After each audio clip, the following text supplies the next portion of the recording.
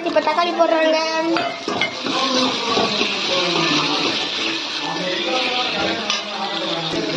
கொஞ்சம் போல மஞ்சப்பொடி, உப்பு நல்லா போட்டு வதக்கிடுங்க. இப்போ அம்மா கொஞ்சோண்டு மிளகாத்தூள் போடுறாங்க. உங்களுக்கு காரம் ஏற்றளவு மிளகாத்தூள் போட்டுக்கலாம். இப்போ பார்த்தீங்கன்னா அன்னபூர்ணா சில்லி குழம்பு தூள்.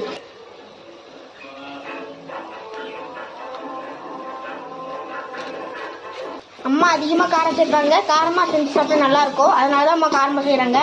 இப்போ சிக்கன் குழம்பு தூள் போட்டு நல்லா வதக்கிக்கலாம். எண்ணெய் பிரிஞ்சு வர வரைக்கும் வதக்கிக்கலாம்.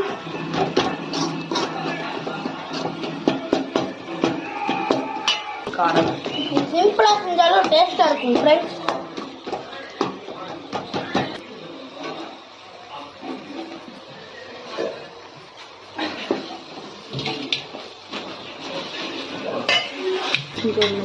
நல்ல எண்ணெய் பிரிஞ்சு வர வரைக்கும் வதக்கணும்.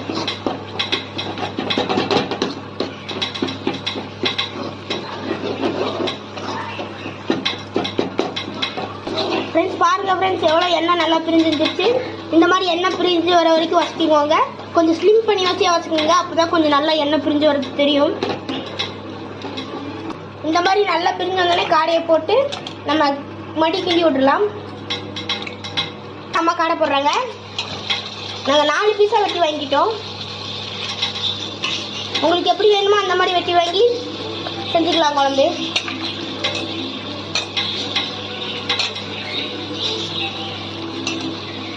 நல்லா மஞ்சள் போட்டு கழுவி எடுத்துட்டு வந்துருங்க.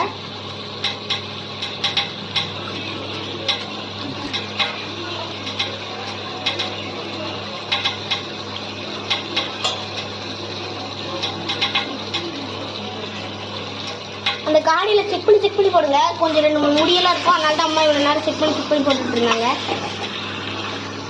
நல்லா காடையை கிண்டி விட்டுருங்க. இந்த கலரில் வந்துடும்.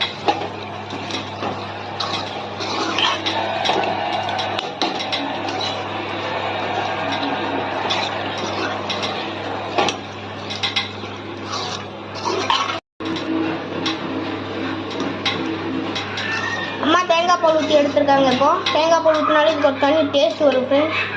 தேங்காய் பால் ஊற்றிக்கோங்க.